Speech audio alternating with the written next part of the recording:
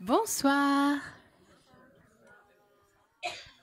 Bienvenue à tout le monde, à toutes et à tous ce soir au Maïf Social Club. Je suis absolument ravie de vous accueillir pour cette dernière soirée 3 en 1, dernière de la thématique mobilité, qui est la thématique autour de laquelle on a développé toute une programmation, et ce depuis début octobre. La programmation qui, par ailleurs, se compose d'une exposition qui est encore accessible et visible jusqu'au 5 janvier et d'ateliers, il en reste encore quelques-uns à venir. Donc tout ça prendra fin plutôt début janvier, mais c'est la dernière soirée 3 en 1 ce soir. Je suis ravie que vous soyez là pour nous accompagner. Quelques informations, j'en profite. On a eu des petits soucis sur notre site internet. Je sais que plusieurs d'entre vous ont eu des difficultés hier et aujourd'hui. Oui, je vois des « ah ». Donc c'est résolu, voilà la bonne nouvelle. Donc vous pouvez sans difficulté vous inscrire, si vous le souhaitez bien sûr, sur notre prochaine conférence de la Ruche qui dit oui qui a lieu mardi, sur les ateliers.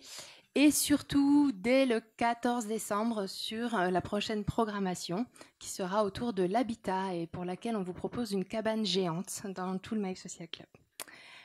Vous donnez quelques infos aussi, on sera fermé entre Noël et Nouvel An.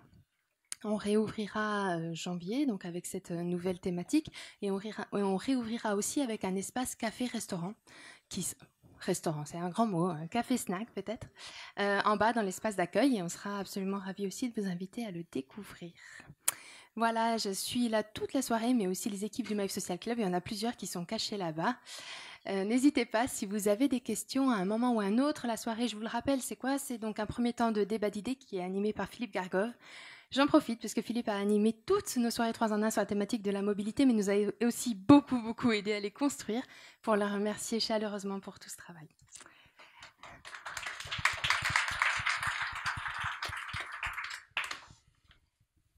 Merci encore. Après ce temps de débat d'idées, et je laisse, évidemment, j'en profite aussi pour vous remercier, vous, intervenantes et intervenants sur cette conférence, mais je ne vais pas défricher le travail de Philippe, donc je vais le laisser vous présenter juste après. À la fin de ce débat d'idées, vous aurez une petite surprise chorégraphique performance. Peut-être vous avez pu déjà percevoir quelques impromptus en arrivant ici. Et donc voilà, ça va s'enchaîner. Et puis bien sûr, en dernier temps, un temps de partage entre nous tous autour d'un petit cocktail dans l'espace bibliothèque. Voilà, je vous souhaite une belle soirée et je vous dis donc à tout à l'heure.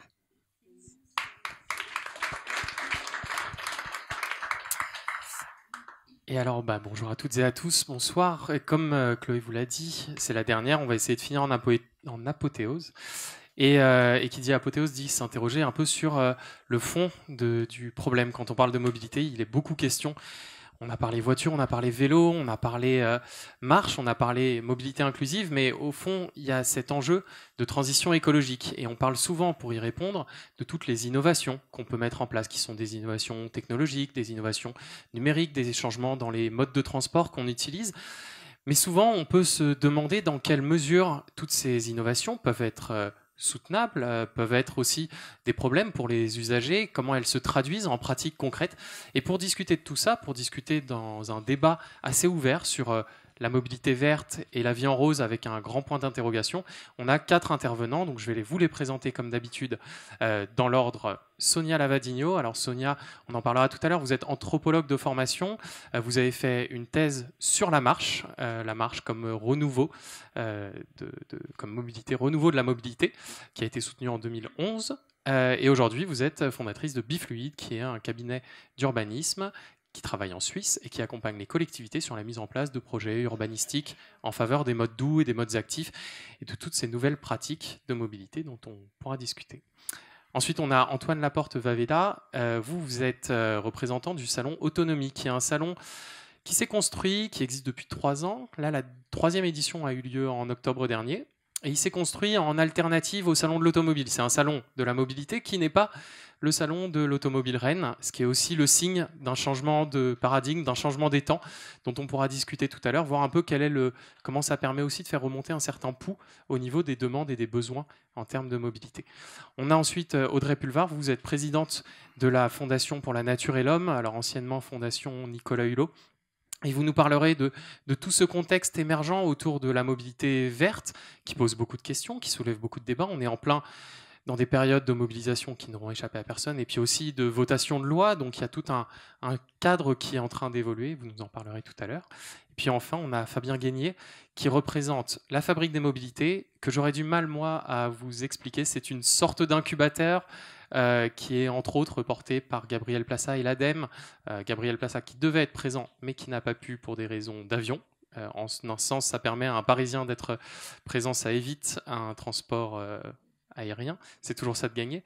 Mais voilà, cet incubateur, on en parlera tout à l'heure, puisque sa vocation, c'est de faire naître des communs. C'est un terme qui est très intéressant.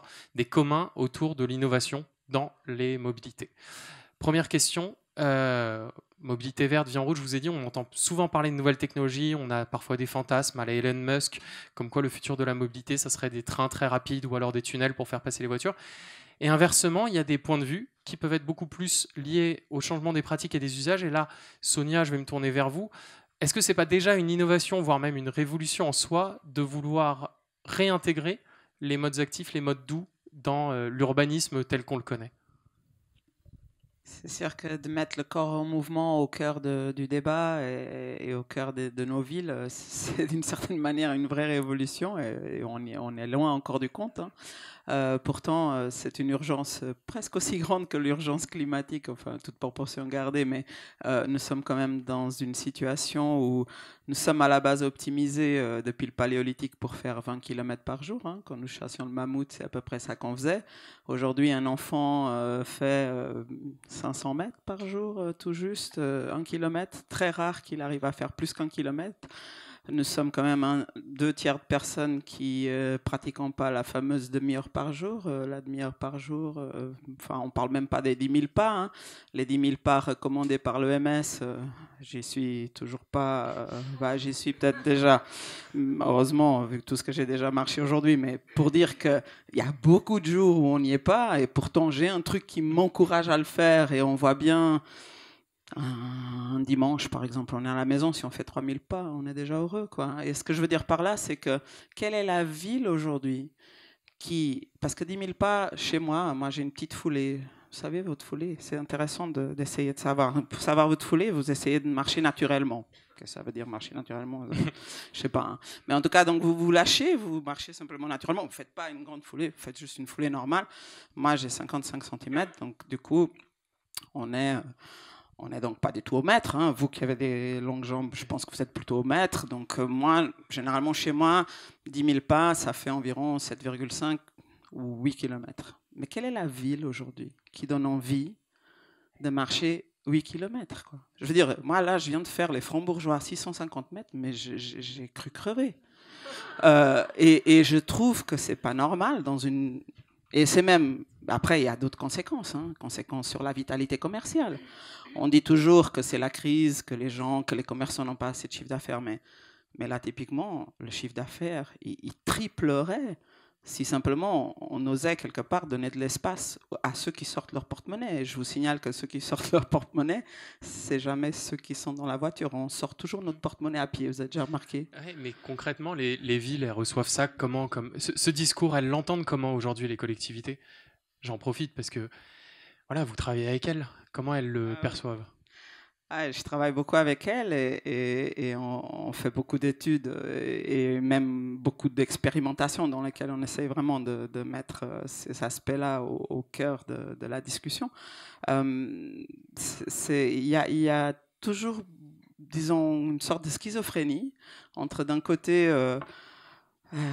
oui, je sais bien la santé, ou oui, je sais bien, et puis de l'autre côté, voilà, on est prisonnier du siècle précédent. Moi, ce que je trouve quand même un peu étonnant, c'est que, étant déjà en 2018, nous avons déjà un 5e de ce siècle qui est passé, et nous vivons toujours dans le 20e, pour pas dire parfois dans le 19e. Moi, je fais souvent un exercice rigolo avec les élus, je leur dis, quelles sont les rues chez vous qui sont dans le 21e siècle? L'autre jour, j'ai fait ça à La Rochelle. Et du coup, le maire m'a dit, mais vous, qu'est-ce que vous en pensez? Puis j'ai dit, la rue Untel, la rue Untel, la rue Untel. Il a fait un temps d'arrêt. Il voulait évidemment me contredire. Il a dit dans sa tête, non, mais il a cherché comme ça. Pour au bout de 2 minutes, il a dit, ouais, vous avez raison. Vous connaissez bien La Rochelle, hein? J'ai dit, vous savez, quand on fait du terrain toute la journée pour voir où sont les gens, oui, on voit. Et ce qui est intéressant, c'est en fait, on ne se rend pas toujours compte que l'espace public, le plaisir de la marche, j'ai écrit ce bouquin qui s'appelle La marche plaisir, il est vraiment en lien avec cette question. C'est-à-dire que ça ne sert à rien de vous dire vous aurez un cancer du côlon, bougez, quoi. Et pourtant, Dieu sait qu'on est tous en risque fort. J'en suis désolé. D'ailleurs, en plus, là, on m'a assis. D'habitude, je suis debout dans les conférences. Donc, vous savez qu'aujourd'hui, la chaise, c'est l'ennemi public numéro 1. J'entends par là que la chaise, aujourd'hui, tue plus que le tabac ou l'alcool. Il faut le savoir. La chaise, vous avez l'air comme ça de trouver que la chaise est anodine. Détrompez-vous, la chaise. En fait, si on fait l'exercice de la chaise sans la chaise, vous savez, l'exercice de gymnastique, c'est bon pour la santé, hein, quand on tient comme ça sans la chaise. Mais donc, tout ça pour vous dire qu'on a encore de la marge. Et le corps en mouvement, alors il y a des villes, hein, alors pour prendre maintenant des bonnes élèves. Copenhague, par exemple. Oui, alors, eux, on en parle souvent. Voilà. Mais pas Copenhague au sens... Copenhague, la ville du vélo, comme ça. Moi, ce que j'ai trouvé vraiment très intéressant à Copenhague, c'est ces investissements tout d'un coup étonnants. Copenhague a par exemple une plage qui s'appelle Amagerstrand, qui est à même pas 10 km du centre-ville, où ils ont profité quand ils ont fait la liaison pour l'aéroport pour faire un arrêt de métro qui dessert directement la plage. Ils ont investi, c'était déjà une plage avec une mer, avec du sable.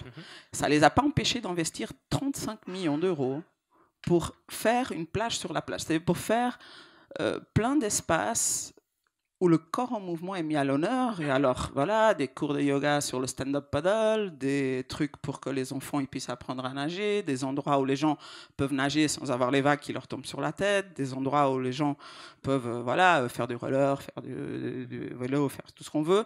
Et ce qui, moi, m'intéresse là, c'est qu'on voit que la fréquentation de ce lieu a quintuplé par rapport à précédemment. Et c'est ça aussi qui est intéressant, c'est de voir, une chose, c'est les usages, on va dire, de la nature en ville. Copenhague se positionne beaucoup comme ville du dehors, comme ville du corps en mouvement. Et c'est intéressant de voir que c'est une vraie stratégie, et une stratégie économique aussi. Je vois que du coup, ça fait déjà réagir. Est-ce que, Audrey Pulvar, vous voulez rebondir là-dessus, sur cette transformation qu'on est peut-être en train de vivre, oui. Ce changement de siècle qu'on attend un petit peu? On parlera après avec le salon autonomie. Il y a cette idée qu'on doit changer de modèle. Comment vous réagissez à tout ça? Je pense on peut avoir des conversations passionnantes, vous et moi, parce que j'ai à peu près le même rapport à la ville, et surtout, je crois que ce qui est important sur toutes ces questions liées à la mobilité, c'est un enjeu majeur, hein, en termes non seulement de lutte contre les émissions de gaz à effet de serre, mais aussi en termes de santé publique, évidemment lutte contre la pollution, mais aussi en termes de lien social, de relations humaines, de vivre ensemble, faire ensemble. La mobilité, c'est un sujet... C'est l'un des sujets qui a déclenché la crise sociale dans laquelle on se trouve depuis quelques semaines avec les Gilets jaunes. Et parler de la mobilité comme Madame en parle, et parler de la ville, le rapport à la ville, le rapport aux autres, le rapport aux commerçants, etc., comme Madame en parle, c'est pas une question qui est réservée aux bobos citadins. Oui. Il faut s'enlever ça de l'esprit. Et bon, la Fondation porte beaucoup de propositions pour améliorer évidemment les dessertes dans les territoires isolés, les liens entre périurbains, urbains, entre rural, périurbain et urbain. Je vous ai vu notamment beaucoup commenter la loi sur le plan, le plan vélo dont on a beaucoup parlé ici, oui, bien sûr. Qui est assez fondamental, notamment pour les territoires isolés. On réclamait un plan vélo national à hauteur de 200 millions d'euros par an, donc multiplié par le nombre d'années du quinquennat. Finalement, l'option qui a été choisie par la loi, c'est plutôt un plan aux alentours de 350 millions d'euros pour l'ensemble du quinquennat, donc c'est pas tout à fait la même dimension, mais au moins il existe, ce plan national vélo, c'est déjà ça. Et effectivement, oui, le vélo, typiquement, ce n'est pas un mode de transport réservé aux citadins connectés. C'est un mode de transport, moi je m'en rends compte très souvent quand je vais sur le terrain pour la Fondation, plusieurs fois par semaine, en dehors des villes. C'est un mode de transport et de déplacement qui est adopté par de plus en plus de monde. Je vais quand même défendre un petit peu la ville de Paris, parce qu'il y a quand même des efforts qui sont faits sur les voies sur berge, par exemple. C'est quand même très agréable. C'est un aménagement particulièrement intéressant. Et puis la rue des Francs-Bourgeois, il faut venir le dimanche, quand elle est piétonne. Et alors là, c'est le métro aux heures de pointe. Hein. Il y a énormément de monde. même peut-être parfois un peu trop d'après les riverains. Copenhague, effectivement, c'est une ville très agréable. Stockholm, c'est une ville aussi qui est très favorable au vélo. Amsterdam, aux piétons. Amsterdam, évidemment. Ce qui est important dans ces questions, effectivement, liées aux mobilités, qu'on parle du vélo, qu'on parle de la marche à pied. Je rappelle que nos 2 pieds, c'est le seul véhicule vraiment propre. Hein, parce que même une trottinette non électrique ou un vélo non électrique, vous le fabriquez dans une usine, vous le sortez de l'usine, donc vous le transportez jusqu'au lieu où on vend le vélo. Donc forcément, il y a émission de gaz à effet de serre, il y a pollution. Évidemment, c'est moins polluant qu'un véhicule thermique. Donc la marche à pied, c'est quand même déjà... voilà, on devrait être beaucoup plus favorable à ce mode de déplacement. Ensuite, pour tempérer ce que je disais, ou pour compléter ce que je disais par rapport aux territoires ruraux, isolés, etc., j'entends évidemment la question de difficulté de mobilité des personnes qui vivent dans ces territoires-là, mais quand même, n'oublions pas qu'aujourd'hui, 80% de la population française vit en ville, en urbain ou en périurbain, et que dans ces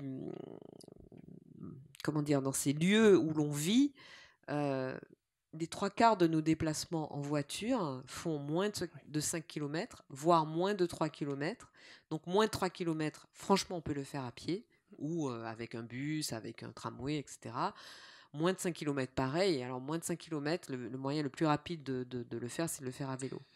Et tout le monde peut faire du vélo, hein, petit, grand, handicapé, pas handicapé, etc. Enfin, moi, je suis habituée à toutes les objections à l'usage du vélo. Ça ne tient plus aujourd'hui. Ce qui, surtout et ça a beaucoup été évoqué pour celles et ceux qui étaient là pendant la table ronde qu'on a consacrée au vélo, il y a énormément d'innovations aujourd'hui technologiques pour proposer des vélos qui sont, par exemple, des vélos électriques. On sait que c'est devenu le cadeau de Noël d'un certain nombre de foyers. Et puis beaucoup d'autres micro-mobilités qui, dans le même temps... Pardon, c'est le problème de parler beaucoup avec les mains, qui dans le même temps pose des questions sur les sujets dont on parlait avec vous, par exemple d'occupation de la voirie qui peuvent gêner les piétons. Alors là, je vais me tourner vers vous, Antoine Laporte. Donc le salon autonomie, il s'est constitué, vous me dites si je me trompe, mais une alternative au salon de l'automobile, pour rester poli. Ouais, alors effectivement, je ne sais pas si on peut se déclarer en tant que concurrent direct du salon de l'auto. En fait, pour rester politiquement correct, on va dire qu'on a 2 visions différentes du futur, effectivement. Voilà. Mais il n'y a pas besoin d'être politiquement correct ici. Bon, alors on va le dire, effectivement. Le mondial de l'auto, effectivement, vous y rentrez, vous verrez des voitures partout. Alors certes, maintenant, il y a des voitures électriques et c'est une chose très bien. Il y a des voitures partagées, etc. Donc ça, on commence à le voir. Mais effectivement, le mondial de l'auto et plus généralement le salon de l'auto qu'on voit à Francfort, à Genève, c'est voilà, le modèle classique des constructeurs automobiles qui viennent vendre des voitures à des particuliers comme vous et moi. C'est le XXe siècle qui ne veut pas lâcher son... Et si on veut être réaliste, c'est un modèle qui va encore perdurer encore quelques années, voire quelques décennies. Nous, à Autonomie, en fait, ce qu'on veut, c'est avoir une vision d'ensemble de la mobilité, avoir un événement, effectivement, qui représente un peu toutes ces nouvelles mobilités qu'on voit émerger. Donc ça, on l'a résumé sous un acronyme, en fait, qui est le ADESA, donc ADESA. Et donc, dans ce salon, on va y trouver de la mobilité active. Donc, on parlait du vélo et de la marche à pied, effectivement, plus tous ces petits engins de micro-mobilité qu'on commence à voir apparaître.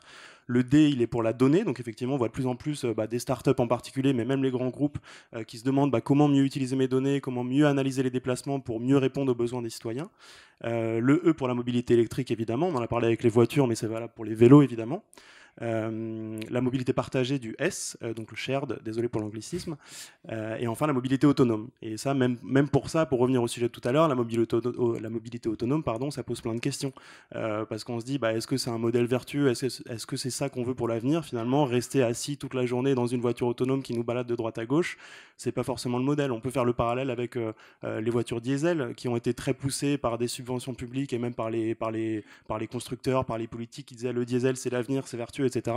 Donc il y a 20 ans, tout le monde disait bravo le diesel, c'est super. Aujourd'hui, on se rend compte que maintenant, il faudrait plutôt freiner, et on le voit d'ailleurs parce que Paris va l'interdire dès 2024. Toutes les villes comme ça, dans les 10 prochaines années, ont des plans pour bannir le diesel des centres-villes. Donc il y a vraiment cette question sur maintenant, il faut faire le bilan. Est-ce que les innovations sur lesquelles on travaille actuellement, est-ce qu'elles seront vertueuses ? Est-ce que ce seront toujours les modèles qu'on cherche d'ici 10-15 ans ? Là-dessus, sur ce point, Fabien Guénier, donc vous représentez cet incubateur, cet objet protéiforme, on va dire, qui est la fabrique des mobilités. Déjà, la fabrique des mobilités, le nom en lui-même, il est porteur de sens. Mais j'aimerais que vous nous parliez, parce que vous êtes un peu le représentant d'une vision pas traditionnelle de l'innovation, mais quand même assez proche des startups, du monde de la donnée qui vient d'être évoqué. Mais vous défendez l'idée de mettre des communs derrière tout ça.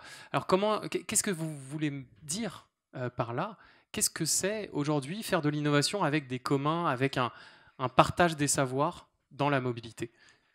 Alors, juste pour faire un peu de présentation, l'idée de la fabrique des mobilités vient de deux choses. C'est d'abord se concentrer sur les usages. Et par exemple, parce que je ne voudrais pas apparaître comme technophile, en fait, donc, parce que ce serait un tort. Et les communs, ça veut dire quoi? Ça veut dire qu'on peut partager un savoir. Et donc, le propre de la fabrique, c'est de réussir à partager des savoirs. Donc, on a eu, par exemple, on a documenté des endroits avec des pédibus pour emmener les enfants à l'école. Et comment, en le documentant, ça permet en fait de le reproduire plus facilement. Donc ça, c'est une part. Et l'autre part, évidemment, c'est la partie commun et open source.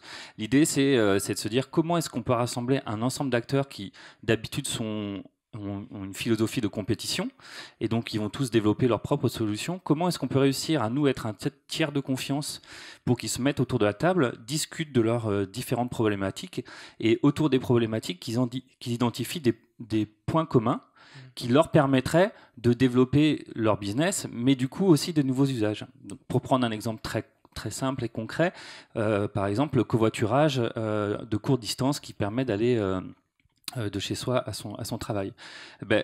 Donc, différentes startups sont venues au sein de la fabrique en se disant là, on va pouvoir discuter entre nous.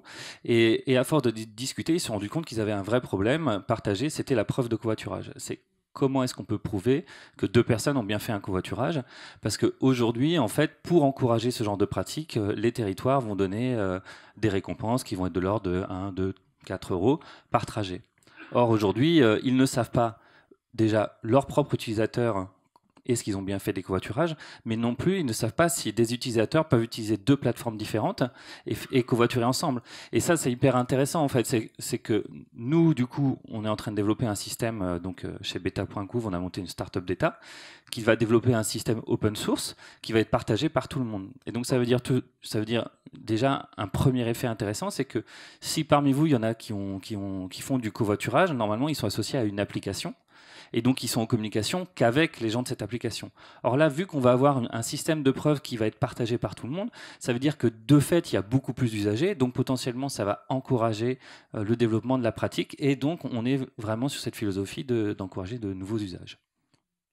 Audrey Pulvar alors oui, par contre, il n'y a que 3 micros, je suis désolé. Non, pas de souci. Simplement ajouter par rapport à tout ce qu'on se dit là, que pour nous, à la Fondation, c'est vraiment important de rappeler qu'il n'y a pas de solution miracle.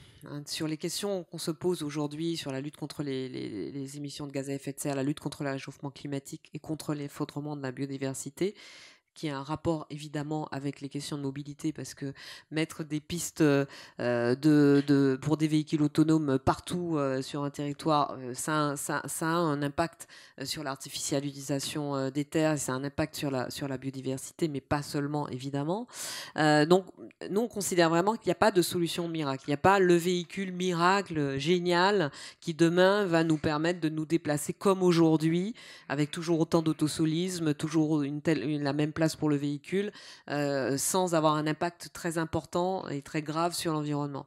Ce qu'on prône, c'est vraiment, alors on appelle ça du multimodal, à la fois dans les déplacements au quotidien, mais même dans la vision générale de la mobilité, c'est-à-dire multimodal type, c'est pour quelqu'un qui habite un peu loin de son travail, de son lieu de travail, mais se faire un bout du chemin en transport en commun, un bout quand il arrive dans la ville peut-être en tramway, un peu de marche à pied, éventuellement ceux qui veulent vraiment aller au bout rajouter du vélo, mais pareil, le vélo c'est pas non plus la solution miracle évidemment, et on n'a jamais dit qu'il fallait que 66 millions de Français aient chacun leur vélo. La voiture, on veut réduire sa place, mais il va toujours rester des segments, évidemment, il va toujours rester des endroits où on aura besoin, et des segments de la société où on aura besoin de véhicules, de préférence des véhicules les moins polluants possibles. L'idée c'est vraiment de construire de façon intelligente et encore une fois collective et en bonne intelligence avec l'ensemble des usagers et des nécessités de mobilité, une solution pluriel. Et par rapport à ce que disait Madame tout à l'heure sur la marche à pied et sur l'envie ou pas qu'on peut avoir en tant que citoyen de se déplacer à pied dans une ville, par exemple, ou à la campagne, dans un village, se pose maintenant aussi la question de la cohabitation de tous ces modes de transport.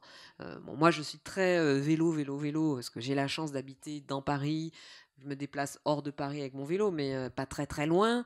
Et puis j'ai la chance dans Paris d'avoir tous les modes de transport intelligents et moins polluants à disposition. Donc c'est facile pour moi. Oui. C'est pas toujours aussi facile, mais même pour tout le monde. Mais même en ayant tous ces modes de transport à disposition, il se pose aussi la question de la cohabitation.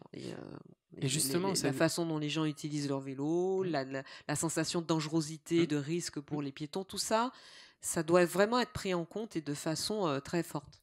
Justement, Je complète juste le propos d'Audrey Pulvar, effectivement, sur le côté effectivement cohabitation des modes. En fait, alors, il va falloir faire attention dans ce débat, comme on disait tout à l'heure, de ne pas rester sur l'exemple parisien. Mais si on se focalise sur celui-ci, en tout cas à Paris, je crois qu'il y a des chiffres qui disent qu'à peu près 50% de l'espace public est dédié à la voiture.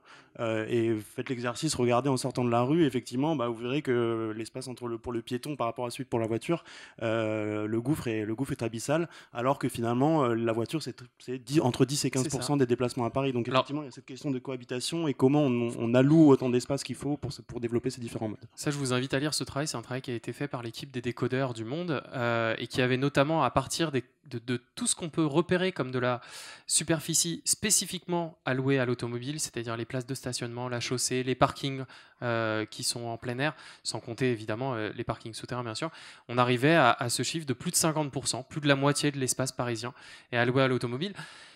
Sachant que Paris n'est peut-être pas le pire élève en la matière, il y a beaucoup de villes aujourd'hui qui sont concernées par beaucoup plus que ça. Et pourtant sur des usages qui sont effectivement aujourd'hui devenus minoritaires.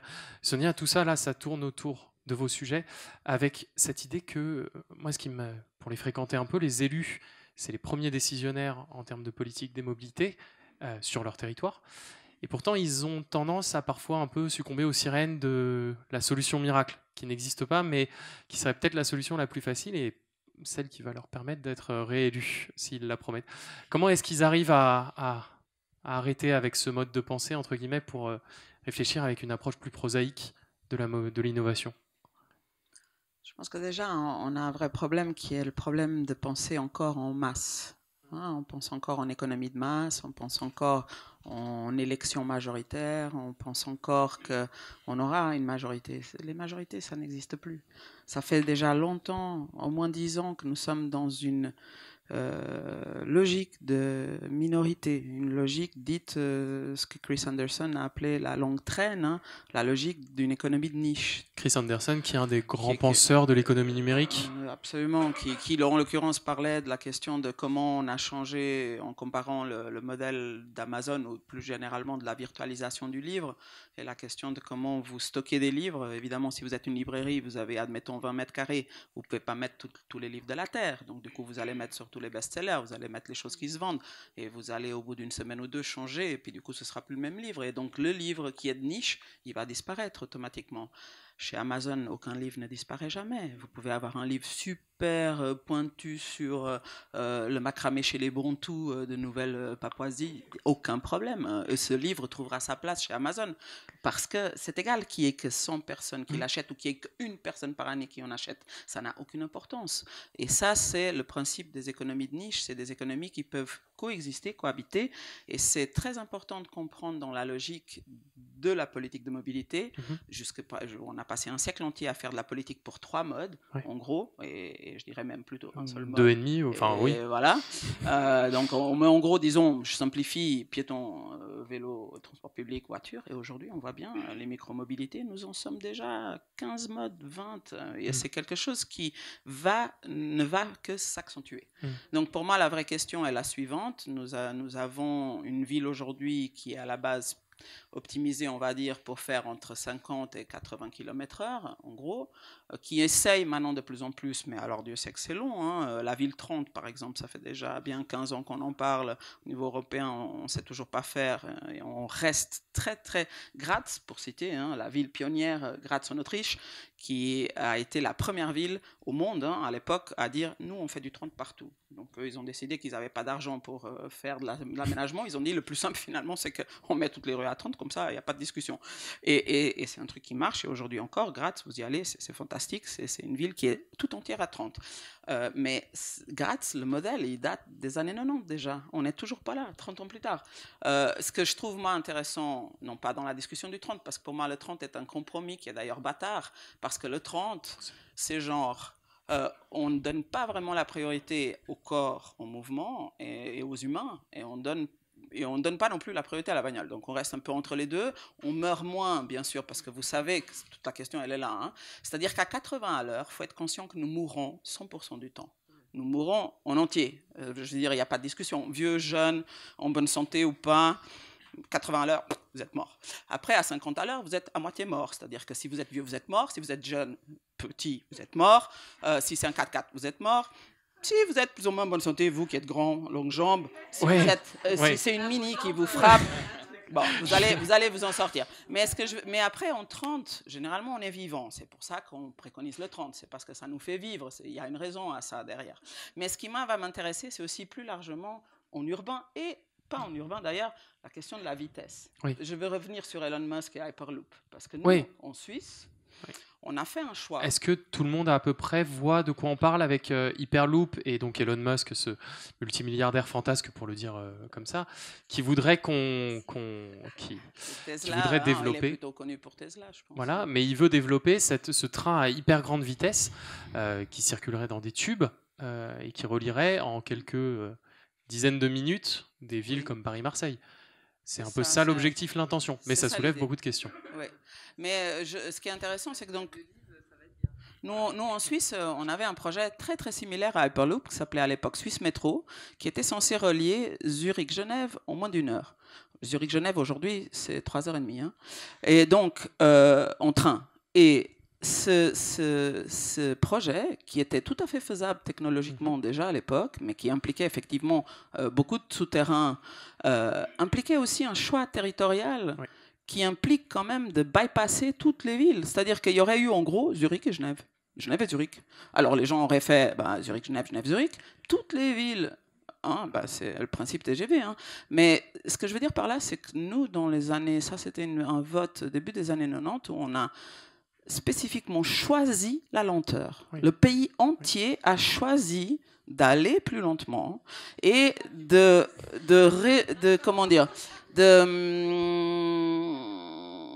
mettre en place un système de réseau de villes, avec beaucoup de villes moyennes, avec la logique de dire le rail dessert toutes les villes, toutes les petites villes, tous les bourgs. Moi, j'habite dans un bled qui a 2400 habitants.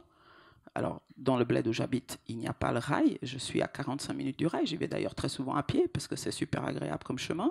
Et les gens vont beaucoup à vélo aussi. Le bled suivant, dans lequel il y a donc le train, il a 4000 habitants. Il a du rail. C'est pas un problème.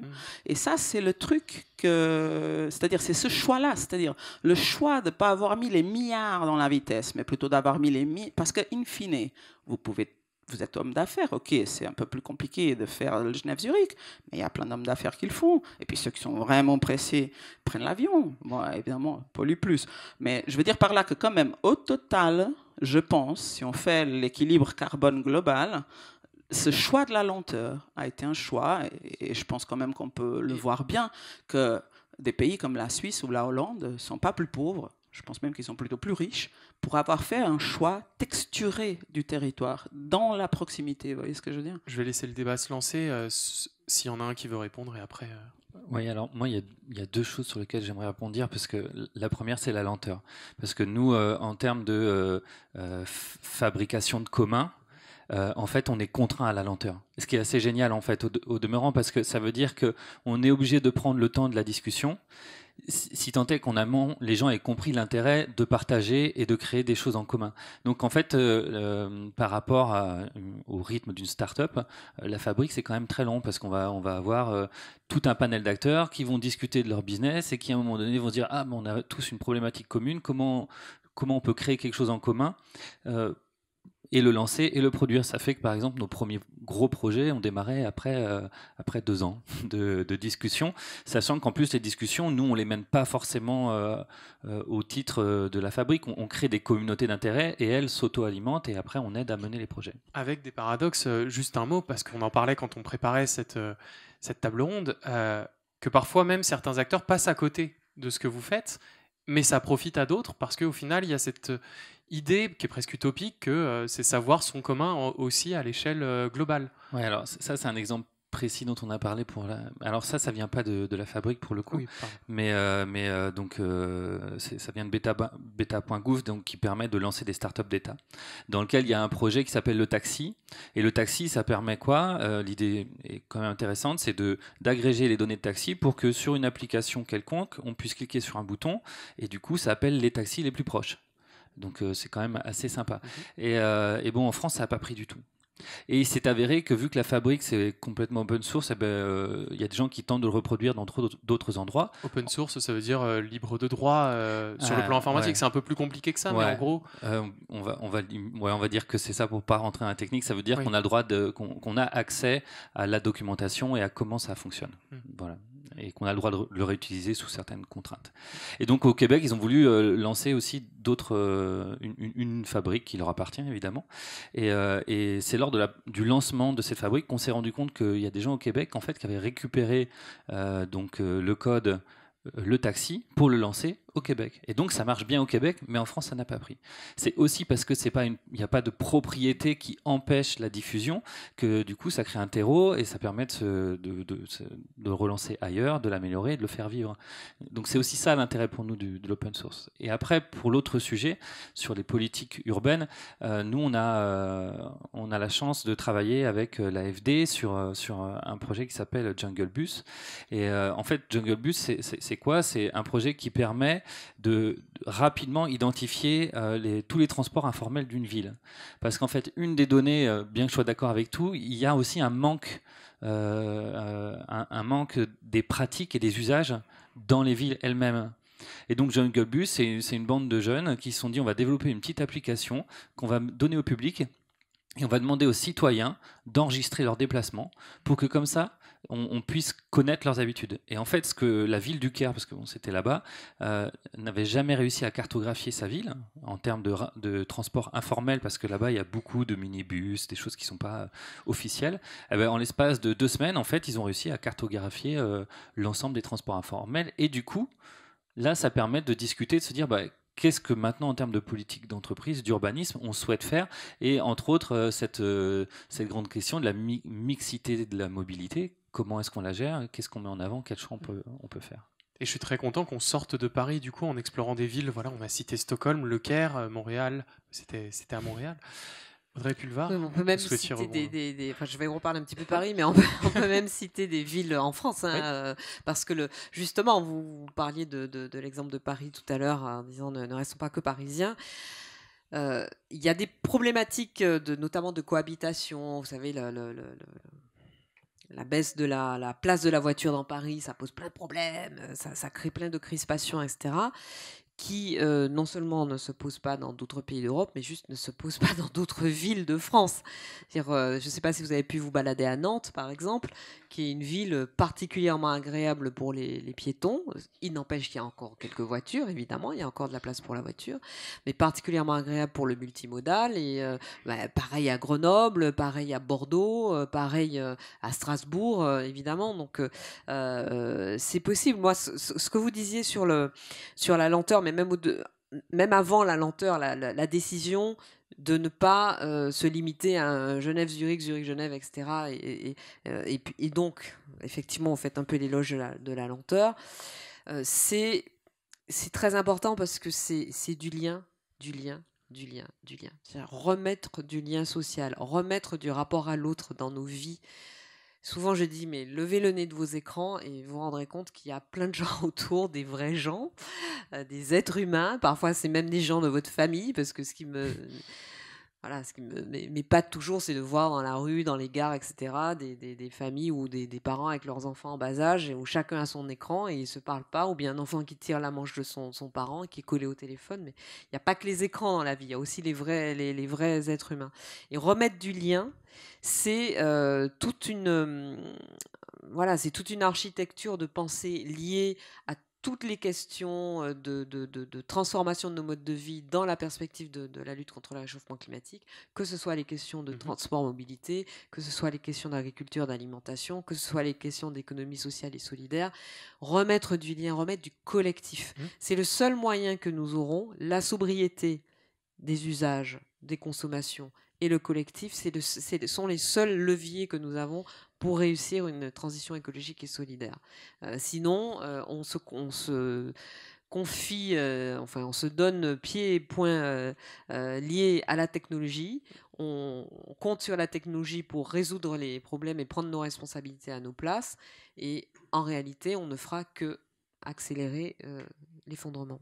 Ce que je vous propose sur ces paroles à la fois très optimistes et en même temps qui rappellent un peu les garde-fous dont on a besoin, c'est de vous céder la parole si vous avez des questions pour une petite vingtaine de minutes à peu près. Donc, et comme d'habitude, on va vous donner un micro. Et par contre, si vous pouvez vous lever pour le stream sur Facebook. Oui. Oui, justement, je ne voudrais pas être aussi optimiste. Oui.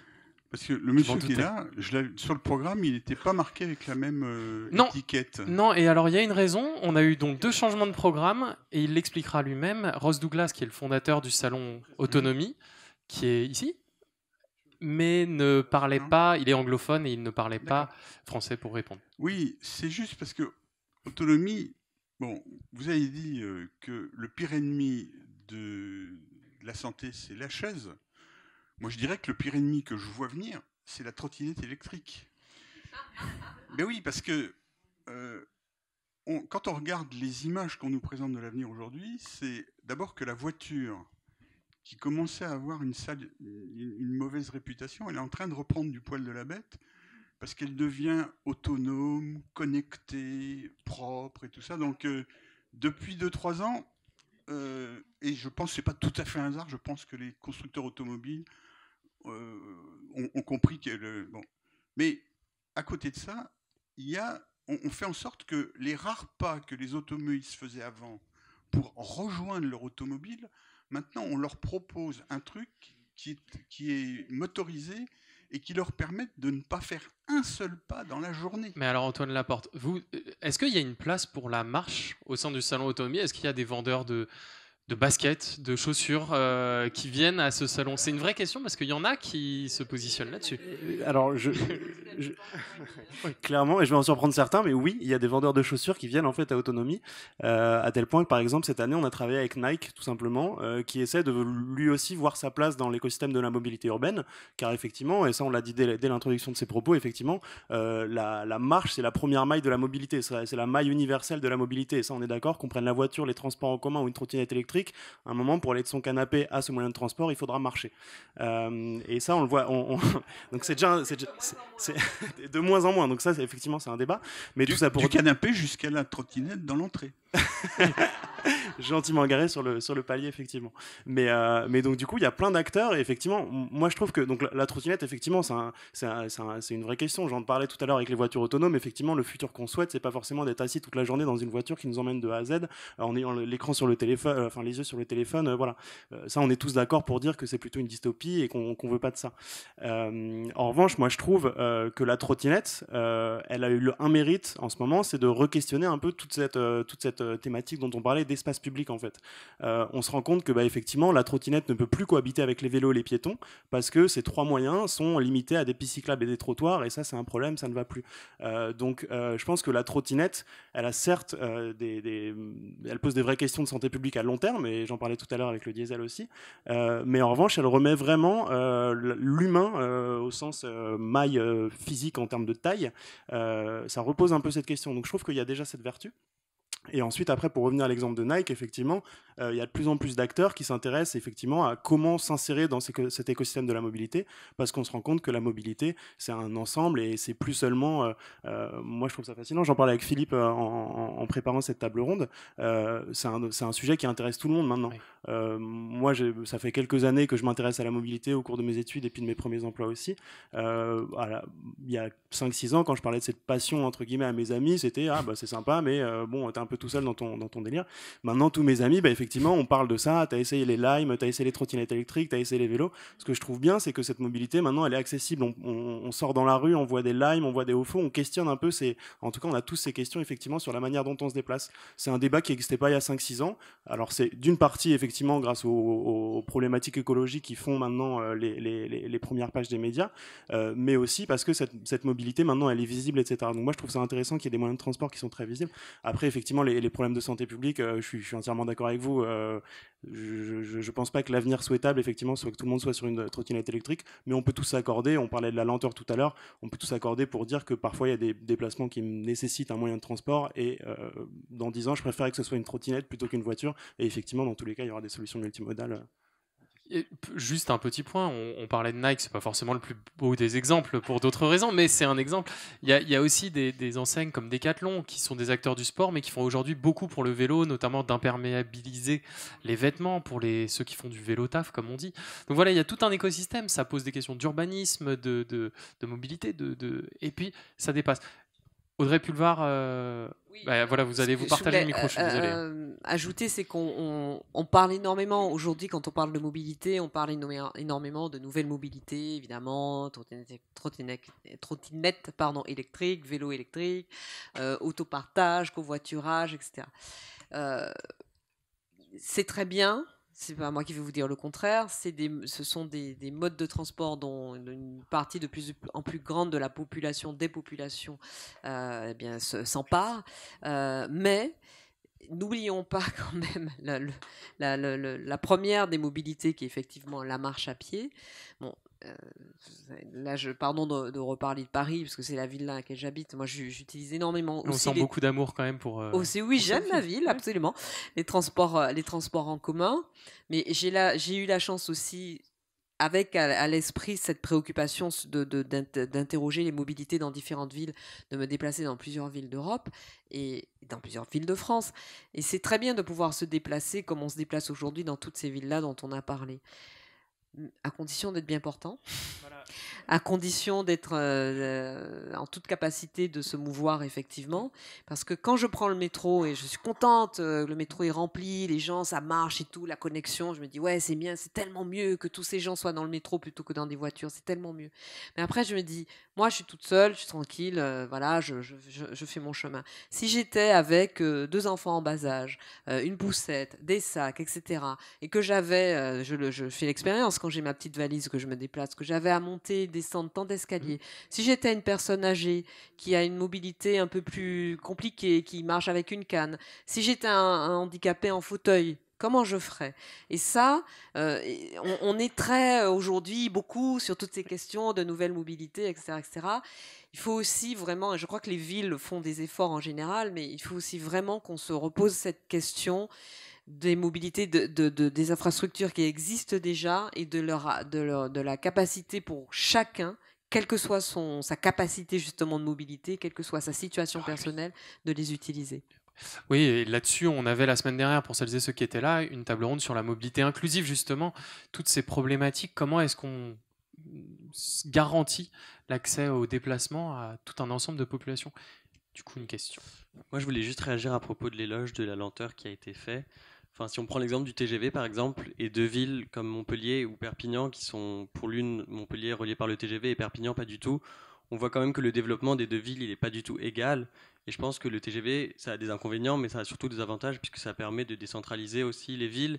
Et peut-être que l'inconvénient qu'on a en France, c'est que tout a été concentré sur Paris. Et on voit avec le TGV qui arrive à Bordeaux, par exemple, ou même Lille, que au final, ça permet peut-être de décentraliser un peu ces grosses villes et d'éviter de tout concentrer au même endroit, comme ça a été fait en France pendant longtemps. Je pense que le problème ici, c'est que c'était TGV ou rien. Nous, en Suisse, c'est pas qu'on n'a pas des trains rapides. Nos trains sont même assez rapides. On a des trains qui vont à 250 à l'heure, ce qui finalement par rapport à un TGV qui va à 300 et quelques à l'heure, parce que c'est rare les TGV qui font à 500 à l'heure, hein. Il n'y en a pas tant que ça. La question est plutôt que nous, on a plein de trains qui vont à 150, et il y a des trains qui vont à 120, et puis il y a des trains qui vont à 80, quoi. Je veux dire, on n'a pas de problème à avoir plein de trains différents qui vont à des vitesses différentes. Et notre train le plus rapide, qui est le IC, est l'équivalent du ICE allemand, qui lui-même est l'équivalent du TGV. Donc, je veux dire, on n'a pas. C'est juste qu'on n'a pas superposer une infrastructure spécifique qui ne sert qu'à des TGV et qui a une logique qui du coup double les coûts, enfin génère d'autres types de problèmes. Enfin, il y a des histoires de sillons, je ne vais pas rentrer dans les détails techniques, mais ce qui est pour moi la question généralement, c'est par rapport à tous les milliards, et Dieu sait que ça coûte des milliards. Nous, on vient de voter la votation FIFE l'année dernière, 5,5 milliards par an qu'on met dans le train, parce que nous, on a plutôt choisi une chose qui, moi, me semble intéressante, c'est qu'on a choisi justement pas l'urbain. Et je pense que la question des gilets jaunes, entre autres, hein, elle est intéressante de ce point de vue-là. Parce qu'en Suisse, justement, on a choisi de pas uniquement privilégier les villes. On a, comme je disais avant, des grandes villes, des petites villes, des moyennes villes, des villages. Tout ça est intégré dans le même système, avec ce système dont je viens de parler.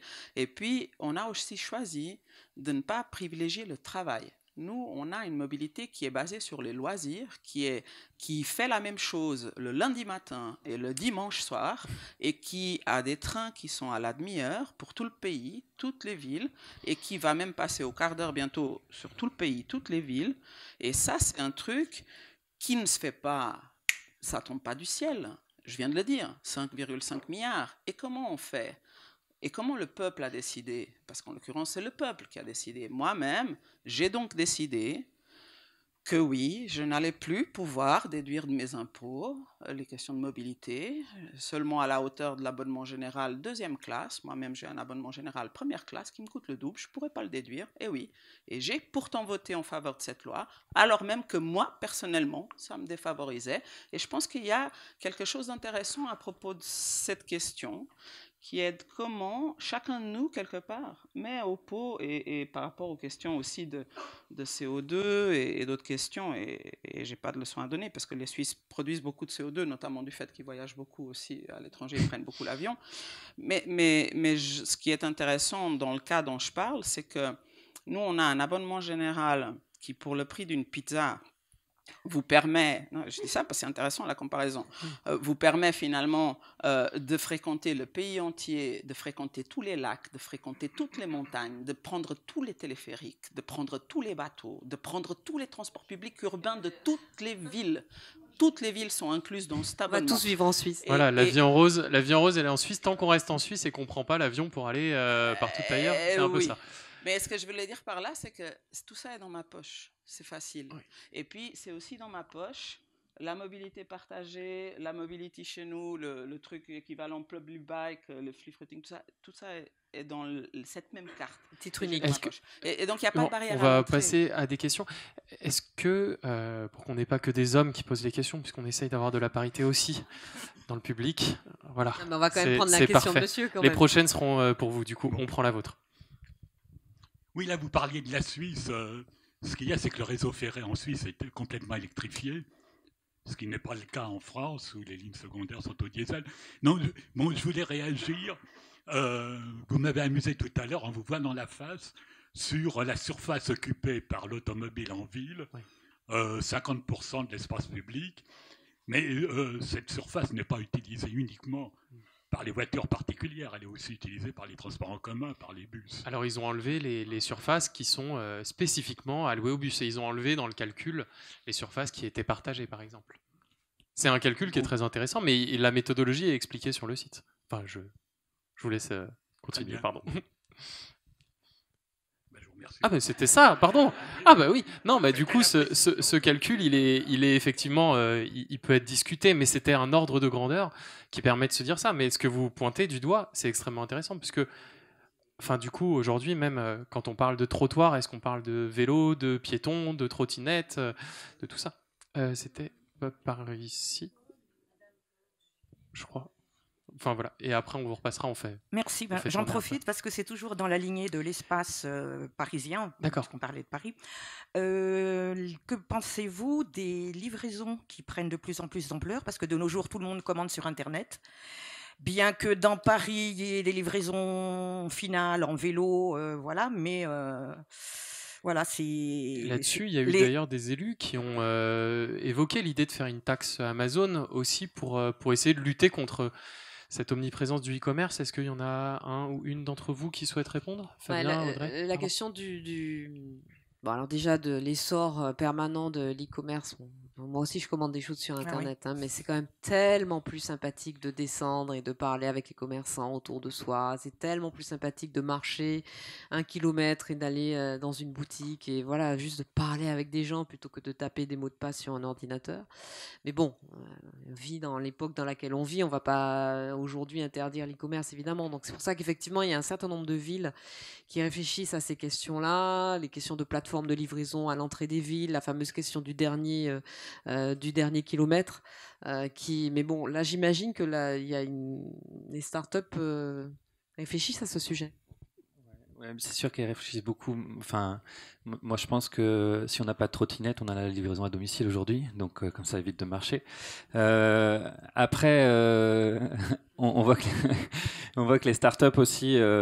D'ailleurs, pas forcément les startups. Il y a aussi, on cherche à rendre plus efficient ou efficace la livraison. Par exemple, il y a des magasins qui font leur livraison et en retour, en fait, ils reviennent charger aussi. C'est-à-dire qu'on peut récupérer certains déchets ménagers chez les ménages et les ramener. Donc, moi, je sais pas comment répondre à ça. Je constate juste qu'il y a une émergence de nouveaux services. Est-ce que votre question, c'est sur les comportements des livraisons on sait aujourd'hui que la livraison tente aussi de plus en plus à être électrifiée. Est-ce que c'est bien, est-ce que c'est pas bien? Moi, franchement, je sais pas là-dessus. Alors ça, on peut en discuter. Bonsoir. La question précédente m'amène à faire un petit commentaire sur un témoignage. Ces livraisons, le problème, c'est qu'en effet, Amazon a un pouvoir de frappe hallucinant et qu'aujourd'hui, moi, ça m'est arrivé. Moi, je suis branchée justement. Mon boulot est de travailler sur la mobilité, de travailler sur le corps en mouvement, de travailler sur le lien. Donc, quand je cherche un bouquin, mon envie, c'est d'aller dans une librairie. Mais quand je fais une librairie, une deuxième librairie, une troisième librairie, et qu'on ne peut pas me commander le bouquin, et que par contre, j'ai un bon pote qui a un compte Amazon, et qui, lui, me commande le bouquin en 5 secondes et demie, faut vraiment que je... On va faire... Parce que très vite, voilà, je me dis, ok, je vais commander sur Amazon. Si c'est une réaction très rapide. Donc ça, c'est le premier truc. Et qui est... oui. Oui, mais quand vous allez dans une librairie, vous avez cette info, hein, ils l'ont. Hein. Donc... Non, mais quand le livre ne se trouve pas dans la librairie, vous allez sur Amazon. C'est ça que je dis. Le livre ne se trouvait dans aucune librairie. Ah, voilà. Bon. Une question rapide parce qu'on arrive au bout du chrono. Et l'autre chose qui est une question, enfin moi j'ai 10 000 questions sur tout ce que vous avez raconté que j'ai trouvé hyper intéressant, mais je voulais juste pointer 2 trucs justement parce que vous dites, non mais c'est dans le même genre parce que c'est les 2 personnes qui sont là. Vous avez parlé du fait qu'on était fait pour marcher 20 km par jour, on est fait pour marcher 20 km par jour pieds nus. Je crois qu'à l'ère du paléolithique, on était plutôt pieds nus. Et du coup, l'histoire des baskets et donc de Nike, moi, ça m'interroge sur quel type de chaussures on se propose justement pour remettre la marche à l'honneur. Ah bah oui, ça c'est sûr que ce ne sera pas dans n'importe quelle paire de chaussures. Est-ce que vous souhaitez répondre très rapidement, parce que là, on arrive dans les dernières minutes du chrono, ou bien on passe la parole à d'autres questions? Ouais, on va faire, et puis après... Bon, moi, je revenais... Bon, j'ai une remarque d'abord. Il se trouve que j'ai un chalet en Haute-Savoie, perché à 1200 mètres d'altitude. dans les années 50, dans ce village qui est à 7 km du premier bourg et à 12 km de la vallée, c'est-à-dire l'endroit où il y a vraiment il y avait 4 bus par jour. Aujourd'hui, hors saison, il n'y en a plus un seul. Alors maintenant, quand on repense à ça, on comprend le problème des gilets jaunes. Ça, c'est bon, le petit point, parce que tous les gens sont obligés d'avoir une voiture, diesel, parce que le diesel est moins cher en général. Voilà. Et la deuxième question, vous avez quelqu'un qui a parlé des équivalents carbone dans la vallée de l'Arve, qui est connue, je suppose que tout le monde en a entendu parler au niveau de la pollution. Vous avez un tunnel au bout de la vallée qui va en Italie, avec énormément de camions. Vous montez de 400 mètres à 1000 mètres, vous avez grosso modo 600 mètres de dénivelé à monter pour arriver au tunnel. Et dans la vallée, on parle beaucoup maintenant, déjà depuis un petit bout de temps, d'un tunnel qui partirait de la vallée, c'est-à-dire grosso modo 300 mètres, et qui traverserait à ce niveau-là, et qui serait un tunnel ferroviaire. Et alors là, la question que je voulais poser, c'est parce que vous en avez parlé, c'est combien de temps on va mettre à économiser l'équivalent carbone qu'on va gaspiller, qu'on va user pour créer le tunnel, avant, quand est-ce qu'au bout de combien de temps on va arriver à l'équilibre? Voilà. Non, mais non seulement ça, mais en plus l'impact aussi sur la biodiversité du creusement de ce tunnel. Donc c'est des arbitrages sur lesquels la SNCF doit s'interroger et parfois on se rend compte que ce type d'infrastructure, il faut des années, voire des décennies pour enfin amortir le coût en termes d'émissions de gaz à effet de serre et le coût en termes de biodiversité. Mais oui. Dans la vallée de l'Arve, oui. Si on retire les camions qui montent, on verra une amélioration. Mais bien sûr. Ah oui, non. Donc il faut évidemment. On va céder la parole pour les dernières questions. On va avoir une prise de parole ici et puis après une prise de parole là-bas pour finir. On arrive en fin de timing. Merci. Moi, j'avais une question sur comment les élus envisagent l'organisation des villes demain. Je m'explique. Donc, moi, je suis nantaise, je suis multimodale. J'utilise la voiture, le covoiturage, la trottinette, le vélo, mes pieds. Et on a dit que c'était une très belle ville. C'est très bien, et c'est une très belle ville. Je ne savais pas que vous étiez là. Hein. J'ai dit que c'était une belle ville. Et il y a beaucoup encore à faire parce qu'on se rend compte que tout ce qui permet d'utiliser autre chose que la voiture et d'organiser sur les routes qui sont faites pour la voiture, en fait. Donc, on est obligé de faire du vélo sur les routes, on est obligé de faire de la trottinette.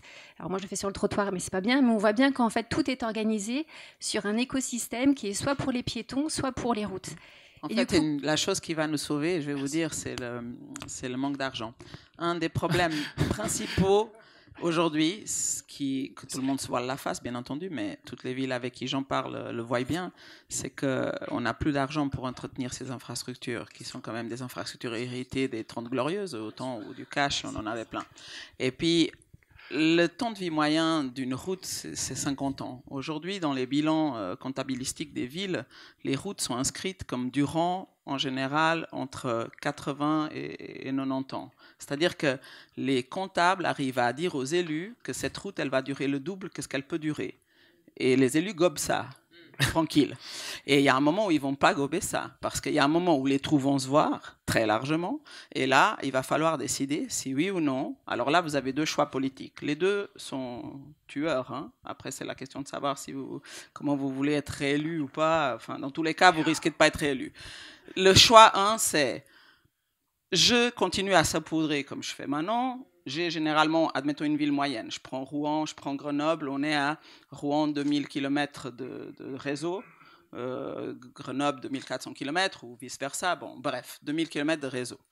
Vous avez deux choix. Vous vous dites, ok, je saupoudre, je continue à entretenir tout mon réseau, c'est-à-dire que je n'entretiens pas, hein, la moitié n'est pas entretenue, et bon, et les trous commencent à pousser, et puis je continue dans la logique que les voitures peuvent passer partout, que les camions peuvent passer partout, que les livraisons peuvent passer partout, que j'aurai des poids lourds partout, et puis les routes, évidemment, sont beaucoup plus utilisées que si vous aviez que des piétons ou des vélos dessus, du coup, ça triple tout de suite la durée de vie d'une route, si vous aviez que des piétons et des vélos dessus.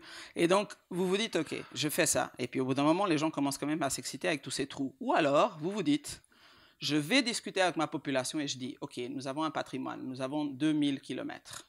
Qu'est-ce qu'on fait? Est-ce qu'on se dit, on se dit qu'on va choisir, admettons 20%, 30%, 40% du réseau, et on dit, ce réseau, on le garde, OK, on en a besoin pour la voiture, on en a besoin pour les livraisons. Et puis le reste, on le sort et on en fait autre chose. Et on en fait de la place pour le corps en mouvement. C'est une autre manière de voir les choses et c'est une autre manière d'utiliser votre argent. Après, on va revenir sur l'argent plus tard. On va avoir une dernière question. Moi, je voulais juste intervenir sur la notion d'argent parce qu'elle est centrale. Elle est centrale, mais elle est aussi pour les individus. Je pense que derrière ça, il y a aussi, vous avez commencé à aborder le sujet, l'imaginaire de la voiture telle qu'on l'a aujourd'hui, c'est-à-dire que c'est un gros bolide et puis ça a une représentation sociale et ce genre de choses. Et donc, ça va vite et on utilise un moteur qui va utiliser 80% de son énergie pour déplacer la carcasse, plus que les... Et en Chine, en fait, les gens, il y a toute une partie de la classe sociale qui manque vraiment, vraiment beaucoup d'argent. Mais ils veulent quand même accéder à des moyens de transport, on va dire, plus décents. Et en fait, qu'est-ce qui a émergé en Chine et qu'est-ce qui émerge en ce moment très fortement en Chine? C'est les voiturettes. C'est-à-dire que les voiturettes, il n'y a pas besoin de permis déjà. Ça va à 40 km/h, donc en termes d'accident, du coup ils ont la sensation qu'ils vont pas se faire mal et pas faire mal non plus, donc c'est assez sécure. Globalement, elles sont électriques, elles sont plus légères et ça répond très bien à l'usage de la ville en fait, parce que très vite, parce que là on arrive au bout du chrono. J'aimerais bien qu'on ait la dernière question. D'accord. Et que tu. Et juste pour dire ça, c'est que et ces voitures-là coûtent à peu près $1 500. Et donc là-bas, toute la classe moyenne se réoriente vers ce type de voiture plutôt que les voitures que nous on a l'habitude d'acheter. Dernière question très courte. Juste une question courte. On se rend compte en Europe que les bons élèves de la mobilité, ça va être. Là, c'était la Suisse, les Pays-Bas aussi sont quand même assez forts. C'est des petits pays. Et je reviens d'un semestre aux Pays-Bas où on traverse le pays en 2 heures de voiture, donc un train ça va pas être beaucoup plus long. La France c'est quand même beaucoup plus grand. Est-ce que la taille ça a quand même un rôle dans ces problématiques de mobilité? Et ça sera le mot de la fin. On a déjà le premier réseau routier d'Europe. Donc, on est déjà bien pourvu en la matière. En revanche, effectivement, pendant des décennies, la priorité a été donnée au tout routier, au développement de la voiture, avec en plus un comparatif pas très honnête, parce que quand on vous expliquait que la route coûte moins cher que le rail, par exemple, etc., sauf que on ne compte pas les externalités négatives, les impacts sur l'environnement, sur la biodiversité, on ne compte pas le coût de l'accidentologie, on ne compte pas le nombre d'heures de travail perdues, etc., etc. Donc, et puis encore une fois, le lien social qui s'effondre. Bon, la priorité a été donnée à la route depuis des décennies. On essaie de réorienter les choses aujourd'hui et je pense qu'à un moment, la question du réchauffement climatique va nous obliger, elle nous oblige déjà, mais on ne s'en rend pas vraiment compte, mais à nous obliger à changer nos modes de vie. J'ai pour habitude de dire... pratiquons la sobriété et la transformation de nos modes de vie tant qu'on peut les choisir. N'attendons pas de devoir les subir de subir la sobriété pour faire ces choix-là. Et vraiment, d'un mot, par rapport à ce que disait monsieur sur les 4 bus qui desservaient le village, j'ai fait l'expérience il y a 15 jours. J'avais une conférence le matin à Mulhouse et une autre l'après-midi à Dijon. Et j'ai pu faire Paris-Mulhouse, Mulhouse-Dijon, Dijon-Paris dans la même journée en train. Et quand j'ai dit aux gens de la conférence de Mulhouse, mais c'est super de ne pas avoir à repasser par Paris pour aller à Dijon, ils m'ont dit ouais, c'est génial, sauf que la SNCF va supprimer ce train-là bientôt, quoi. Donc voilà. Merci à toutes et à tous pour ce débat. Non, on n'a vraiment pas le temps parce qu'il y a la performance, comme toujours, dans les soirées 3 en 1. Merci à toutes et à tous d'avoir assisté à ce débat. Merci beaucoup. Merci.